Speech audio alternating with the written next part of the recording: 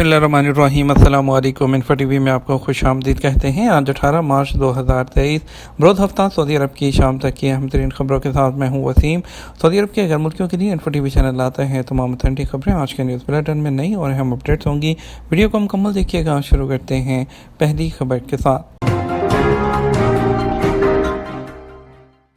240 दिन का पैदल सफ़र, एक और पाकिस्तानी हज के लिए मक्का पहुंच गया। पाकिस्तानी शहरी मोहम्मद इमरान 240 दिन का पैदल सफ़र करके उम्रे और हज की अदायगी के लिए मक्का मुकरमा पहुंचे हैं। सबक वेबसाइट के मुताबिक मोहम्मद इमरान जो पुराने तर्ज की ट्रॉली पर सफ़र का सामान लादे हुए थे, 8 महीने में 7000 किलोमीटर से ज़्यादा सफ़र तय करके आए हैं। मोहम्मद इमरान ने मक्का मुकरमा के अल शराय मोहल्ले में किंग फैसल रोड पर मस्जिद हरम जाते हुए सबक से गुफ्तगू के दौरान बताया कि उनकी उम्र 27 साल है। मक्का के सफ़र का मकसद अल्लाह की रज़ा, उम्रा और हज की अदायगी है। उन्होंने बताया कि वो पाकिस्तान से 1 जुलाई 2022 को पैदल रवाना हुए थे। ईरान से गुजरते हुए सऊदी अरब पहुंचे हैं। रोज़ाना 30 किलोमीटर का सफ़र तय किया और नमाज फजर के बाद से सूरज गुरूब होने तक सफ़र किया, फिर आराम और सुबह सवेरे पैदल सफ़र शुरू करता था। मोहम्मद इमरान का कहना है कि सफ़र के दौरान बीमार नहीं हुआ, अलबत्ता पैर ज़ख्मी होकर पैदल चलते हुए मुझे खुशी महसूस होती थी। मस्जिद हरम और खाना काबा के दीदार का शौक़ हर लम्हे था। पाकिस्तानी आज़म हज के मुताबिक ईरान से होते हुए खलीज अरब के एक और मुल्क में क़याम किया, वहाँ से कुवैत पहुँचा, कुवैत से बजरिया जहाज़ रियाद आया, फिर रियाद से मक्का तक का सफ़र पैदल तय किया। सऊदी शहरी जब भी मुझे पैदल चलता हुआ देखते तो मेरी ज़ियाफ़त करते। उन्होंने हर जगह मेरे साथ बहुत अच्छा सलूक किया। उन्होंने कहा, सऊदी अरब के शाह सलमान बिन अब्दुल अज़ीज़ और वली अहद और सऊदी अवाम से प्यार करता हूँ। दीन इस्लाम और सच्ची इस्लामी अखुवत के रिश्तों से पाकिस्तानी अहले सऊदी अरब से जुड़े हुए हैं। सऊदी अरब ने जनेवा में नए मंसूबों के लिए मुतअद्दिद अवार्ड्स जीत लिए।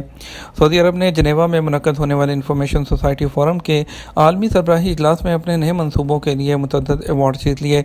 सऊदी प्रेस एजेंसी की रिपोर्ट के मुताबिक सऊदी अरब ने डिजिटल इन्वायरमेंट और इलेक्ट्रॉनिक सर्विसेज कैटेगरी में सिमेट प्राइज़ और आलमी सतह पर पहली पोजीशन का दावा किया, जो आलमी सरबराही इजलास में एक नया आलमी एजाज़ है। King Fahd International Airport Dammam मशरक़ वस्ता का बेहतरीन इलाकाई एयरपोर्ट करार। सऊदी अरब के King Fahd International Airport Dammam को इंटरनेशनल एयर ट्रांसपोर्ट की तंजीम स्काई ट्रैक्स की जानिब से दूसरे साल के लिए मशरक़ वस्ता का बेहतरीन इलाकाई एयरपोर्ट करार दिया गया है। अरब न्यूज़ के मुताबिक किंग फहद इंटरनेशनल एयरपोर्ट ने 2022 में 6 दर्जे तरक्की करके दुनिया के 44वें बेहतरीन एयरपोर्ट का दर्जा हासिल किया, जबकि सऊदी अरब के दीगर एयरपोर्ट्स की दर्जाबंदी में भी इजाफा देखा गया। रियाद का किंग खालिद इंटरनेशनल एयरपोर्ट 29वें नंबर से 27वें नंबर पर आ गया, जबकि जद्दा का जो किंग अब्दुल अज़ीज़ इंटरनेशनल एयरपोर्ट है गुज़श्ता साल के मुकाबले में 3 दर्जे तरक्की करते हुए आलमी सतह पर 41वें नंबर पर आ गया है। मदीना मुनव्वरा के शहज़ादा मोहम्मद बिन अब्दुल अज़ीज़ इंटरनेशनल एयरपोर्ट ने दुनिया के बेहतरीन एयरपोर्ट्स में 52वीं पोजीशन हासिल की है। भारत की सबसे बड़ी एयरलाइन इंडिगो ने 50 सियारे क्यों ग्राउंड कर दिए। भारत की सबसे बड़ी एयरलाइन इंडिगो और गो फर्स्ट ने इंजन सप्लाई वो चेन और PNW के वो मसाइल की वजह से 50 एयरबस A320 तैयारे ग्राउंड कर दिए। ताहम इस तकनीकी मसले के बावजूद एयरलाइन के ऑपरेशन पर कोई असर नहीं पड़ेगा। बजट कैरियर में से एक कंपनी के सीनियर एहलकार का कहना है कि PNW इंजन के साथ मुसलसल मसाइल पर काबू के पाने के लिए उनकी खरीदारी के अगले ऑर्डर के लिए इंजन फराहम करने वाली कंपनी को तब्दील करने का भी सोचा जा रहा है। वाज़ेह है कि अगस्त 2005 में वजूद में आने वाली भारत की इंडिगो एयरलाइन महज 16 साल के अरसे में भारत की सबसे बड़ी एयरलाइन के तौर पर सामने आई है, जो 310 तैयारों के साथ दुनिया भर में 101 डेस्टिनेशंस पर अपने ऑपरेशंस को बहाल रखे हुए हैं। रियाद में शतरंज मुकाबला, 100 खिलाड़ियों की शिरकत। रियाद के बॉलीवुड सिटी में शतरंज मुकाबलों का आगाज़ हो चुका है, जिसमें 100 से ज़्यादा खिलाड़ी शिरकत कर रहे हैं। सबक वेबसाइट के मुताबिक शतरंज मुकाबला एंटरटेनमेंट अथॉरिटी और सऊदी शतरंज लीग के ताउन से हो रहा है। शतरंज मुकाबले में खिलाड़ियों को 5 राउंड खेलने होंगे। हर राउंड में उन्हें 5 पॉइंट दिए जाएंगे। सऊदी अरब के कई इलाकों में बारिश का सिलसिला आज भी जारी रहने का इम्कान। सऊदी अरब के मौसमियात के कौमी मरकज़ का कहना है कि गरज चमक के साथ शुरू होने वाली बारिश का सिलसिला हफ्ता तक जारी रहने का इम्कान है। अखबार 24 के मुताबिक मौसमियात के कौमी मरकज़ का कहना है कि रियाद, मक्का मुकरमा, मदीना मुनव्वरा, जज़ान, निजरान, बाहा और असीर और तबूक रीजन्स में बारिश और ज़्यादा बारी का भी इम्कान है। याद रहे, इससे पहले मौसमियात के कौमी मरकज़ ने कहा था कि मक्का रीजन में बारिश से नशेबी मकामात पर सैलाबी कैफियत भी पैदा हो सकती है, जबकि मूसलाधार बारिश और ज़ालाबारी के बायस हद निगाह भी मुतासर हो सकती है। शहरी दफा की जानिब से खबरदार किया गया कि मक्का रीजन में शुरू होने वाली बारिश के बायस कुछ वादियाँ और नशेबी इलाके सैलाब की जद में भी आ सकते हैं। مساجد کے لاؤڈ سپیکر کا استعمال، وزارت اسلامی امور کی وضاحت۔ سعودی عرب میں وزارت اسلامی امور کے ترجمان نے وضاحت کی ہے کہ سعودی عرب میں فجر، مغرب اور عشاء کی نمازوں میں لاؤڈ سپیکر کے استعمال کی اجازت نہیں، پابندی برقرار ہے۔ ترجمان نے کہا، اس حوالے سے سوشل میڈیا پر گردش کرنے کی یہ اطلاعات درست نہیں، جس میں دعویٰ کیا جا رہا ہے کہ فجر، مغرب اور عشاء کی نمازوں میں مساجد کے بیرونی لاؤڈ سپیکر استعمال کرنے کی اجازت دی گئی ہے۔ الاخباری چینل سے بات کرتے ہوئے ترجمان نے کہا، وزارت اسلامی امور نے سعودی عرب بھر کی مساجد کو تحریری طور پر ہدایت کی ہے کہ مساجد کے لاؤڈ سپیکر صرف اذان اور تکبیر کے لیے استعمال کیے جائیں اور ان کی آواز کا لیول 1/3 سے زیادہ نہ ہو۔ تمام مساجد اس ہدایات کی پابندی کریں۔ ترجمان نے مزید کہا، اس پابندی کی خلاف ورزی کرنے والوں کی سرزنش ہوگی، اور اس کے علاوہ وزارت کے انسپیکٹرز پابندی کو یقینی بنانے کے لیے مساجد کے دورے کر رہے ہیں۔ ترجمان کا کہنا تھا کہ نمازوں کے مناظر سوشل میڈیا پر شیئر کرنے کی بھی اجازت نہیں، اس حوالے سے بھی افواہیں پھیلائی جا رہی ہیں۔ ڈاکٹر عبداللہ الربیہ کی برطانوی وزیر اینڈریو مچل سے ملاقات۔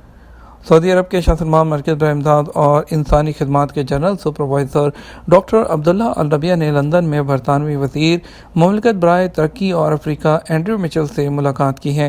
عرب نیوز کے مطابق یہ ملاقات سعودی عرب اور برطانیہ کے درمیان اعلیٰ سطحی اسٹریٹجک امداد کے حوالے سے ہونے والی بات چیت کے موقع پر ہوئی۔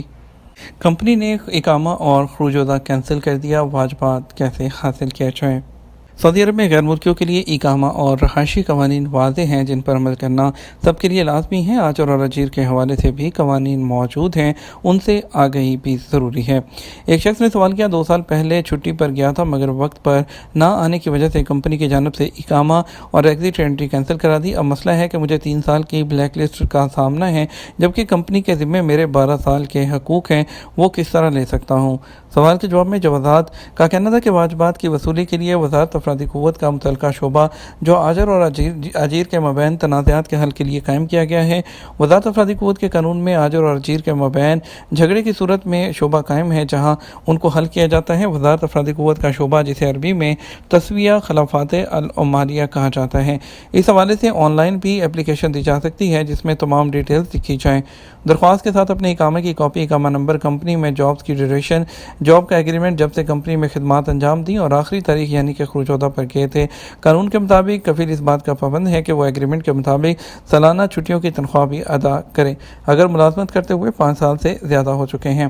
وزارت افرادی قوت کے قانون کے مطابق ملازمت کے تحت کفیل کی ذمہ داری ہوتی ہے کہ وہ کارکن کے واجبات بر وقت ادا کرے۔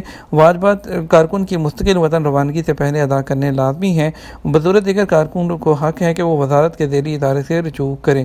ایسے لوگ جن کے واجبات کمپنی کے ذمہ ہوں وہ اپنے ملک کے سفارت خانے یا قونصلیٹ سے بھی مدد لے سکتے ہیں جہاں ویلفیئر کا شعبہ موجود ہوتا ہے۔ درخواست میں اس بات کی نشاندہی کر دی جائے کہ کمپنی کی جانب سے بغیر اطلاع دیے اقامہ کینسل کرنے کے بعد خروج والعملیات کی کیٹیگری میں شامل کر دیا گیا ہے جس کی وجہ سے 3 سال کی پابندی بھی لگ گئی ہے۔ یہ تو ہمارا اب تک کا نیوز بلیٹن۔ اب مزید خبروں کے لیے رات 12 بجے کا نیوز بلیٹن دیکھ لیجیے گا۔ اس کے ساتھ ہم آپ سے اجازت چاہیں گے۔ ویڈیو کو لائک اور شیئر کرنا مت بھولیے گا۔ السلام علیکم۔